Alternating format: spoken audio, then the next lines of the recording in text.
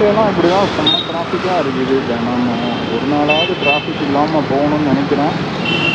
நினைக்கிறதோட சரி, நடந்த பாடு இல்லை.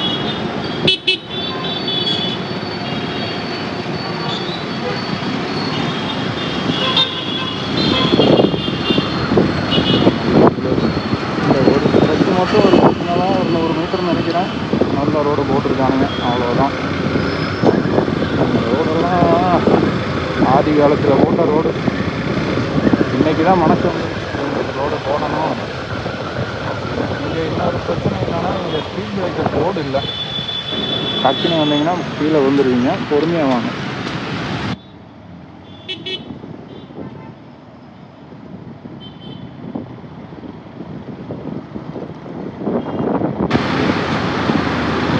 இன்னைக்கு இந்த இடம் ஆனால் இவ்வளோ காலியாக இருக்குது. நான் ரெகுலராக வரும்போது இங்கே அந்த ஸ்பீட் பிரேக்கர் கிட்ட நின்றுட்டுருப்பேன்.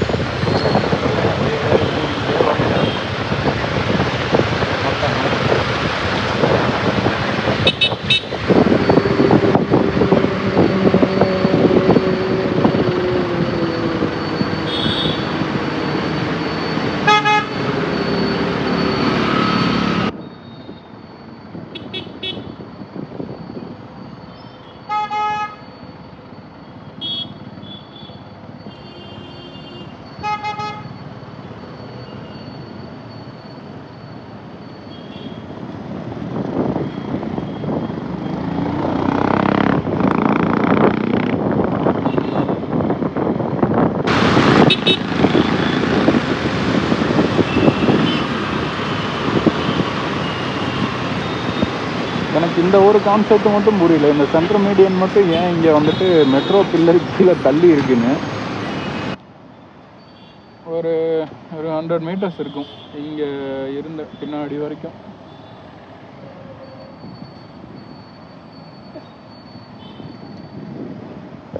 இதுவே க்ளோஸ் தான். டிராஃபிக்கில் வேறு வழி இல்லை. நேர்மையாக போகலாம்.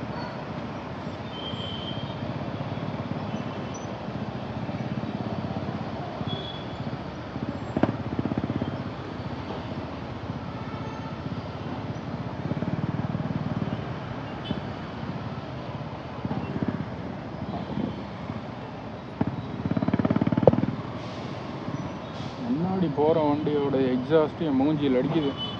அப்பா,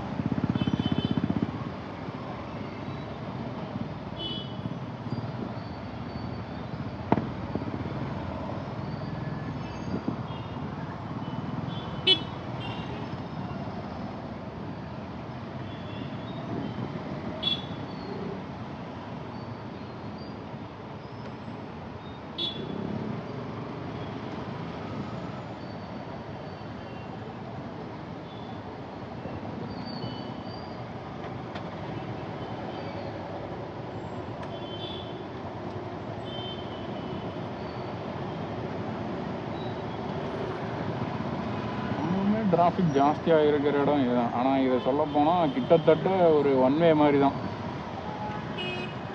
முன்னாடி போயிட்டு ரைட்டில் போனால் காடுகொடி போகிற இடம், லெஃப்டில் போனீங்கன்னா கூடி.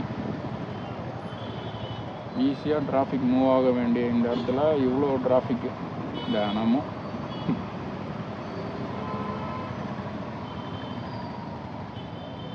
ரொம்பவுமே சிரமப்பட்டு தான் வண்டி ஓட்ட வேண்டியதாக இருக்குது இந்த பெங்களூரு ஊருக்குள்ளே. பெங்களூரு ஊர், சென்னா ஊர், சாரி.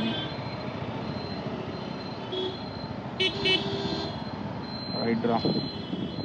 இப்போ இந்த ஒரு ஸ்ட்ரெச்சுக்கு ஒரு ரோடு போட்டிருக்கானுங்க. இதோ அந்த எண்டு வரைக்கும் ஒரு 50 மீட்டருக்கு.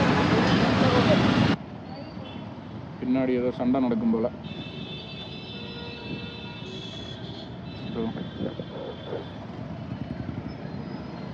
ஆட்டோக்காரருக்கும் சண்டை.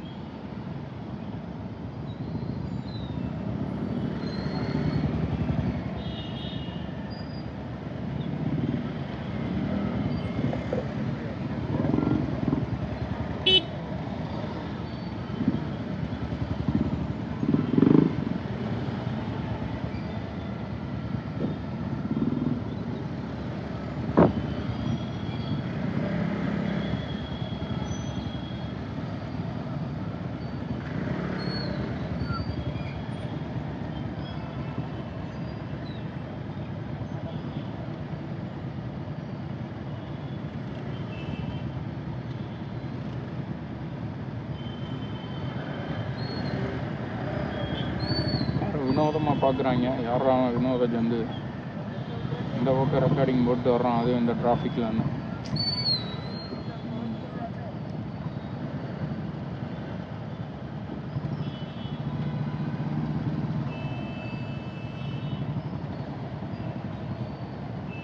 வேதனையாக இருந்தாலும் வேதனையாக தான் இருக்குது. முன்னாடி ஏதோ பெரிய பிரச்சனை, இன்னைக்கு நகர மாட்டானுங்கன்னு நினைக்கிறேன்.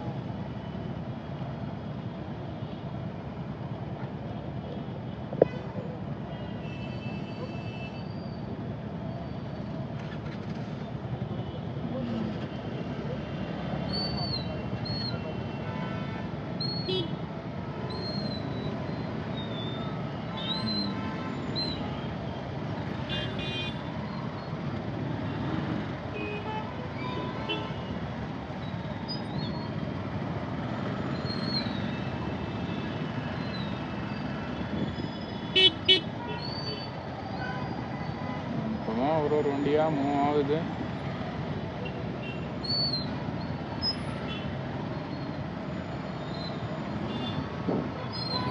இது ஒன்வேன்னு ஒரு தவறான தகவலை கொடுத்துட்டேன். இது வந்துட்டு நிறைய யூட்டர்ன் போடுறதுக்கு முன்னாடி இடம் இருக்குது. இன்னொரு வீடியோவில் கூட பார்த்துருப்பீங்க. இதோ இங்கிருந்து தான் ஜம்ப் பண்ணி வந்திருப்பானுங்க சாந்தி நிகேதனுக்குள்ளே போகிறதுக்கு. இவனுக்கு நேராக போயிட்டு ஒரு யூட்டர்ன் போட்டு வரலாம், 100 மீட்டர் தான் இருக்கும். ஆனால் துறைங்க நேராக போக மாட்டானுங்க, எல்லாம் ஜம்ப் பண்ணி தான் போவானுங்க. இவன் தான் பிரஸ்டீஜ் சாந்தி நிகேதன். சரி இருக்கட்டும்.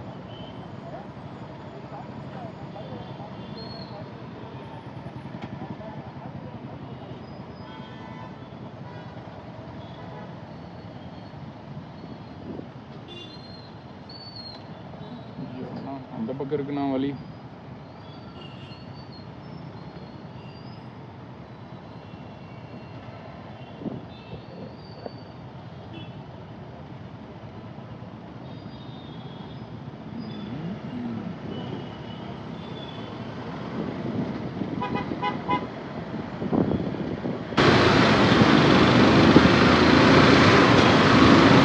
அந்த மாதிரி டக்குன்னு ஒரு கம்பி கிடைச்சதுன்னா தனியாக திருப்பிட்டு வந்துடணும். போன பேசிட்டு வண்டி இந்த வண்டிக்கணும் சிரமமான நேரங்கள் தான். எல்லாருக்குமே சிரமம்னு சொல்ல முடியாது, ஒரு சில பேருக்கு தான். ரோடும் உருப்படியாக போட மாட்டாங்க, ஆனால் வேகமாக மட்டும் போகணும். கஷ்டகாலம் எனக்கு மட்டும் இல்லை, மொத்த பெங்களூர்காரங்களுக்கும்.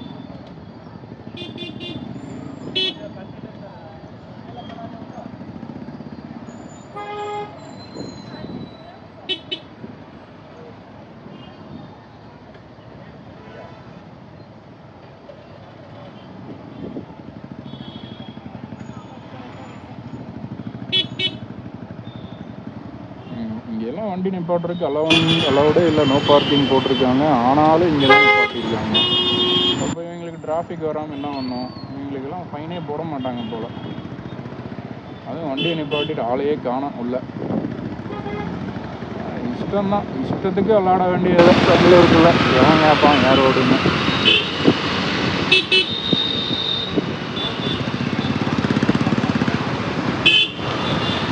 போ போ போ போ அண்ணா நிப்பாட்டி வச்சு அவசியப்படுத்தாதீங்களா, போயிடுங்களா, எனக்கும் வேலை இருக்குது.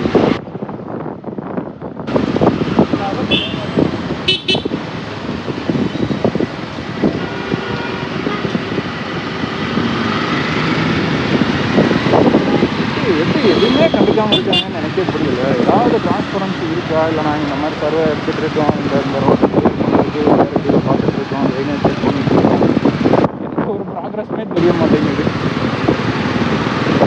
நிஜமாகவே இருக்கிறாங்களா, பண்ணுறாங்களா, பண்ணுவாங்களா, இல்லை கரெக்டாக எலெக்ஷன் வரும்போது ஒரு 3 மாதத்துக்கு முன்னாடி ரோட்டை போட்டு ஏதாவது கவரப் பண்ணிடுவாங்களா தெரியல. நடக்கலாம், நடக்காமலும் போகலாம்.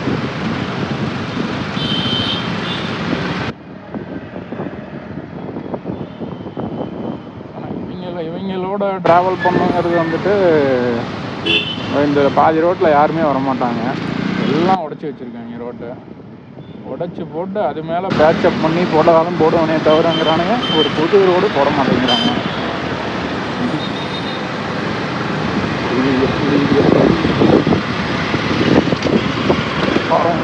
ஐயோ, என்ன ரோடு, என்ன வருமா. இந்த ரோட்டில் பாதி ரோட்டை யாருமே யூஸ் பண்ண மாட்டானுங்க. பார்த்தாலே தெரியுது. சரி, நமக்கான நேரம் வந்து விட்டது. ரொம்ப பக்கத்தில் தான் இருக்குது நம்ம வீடு.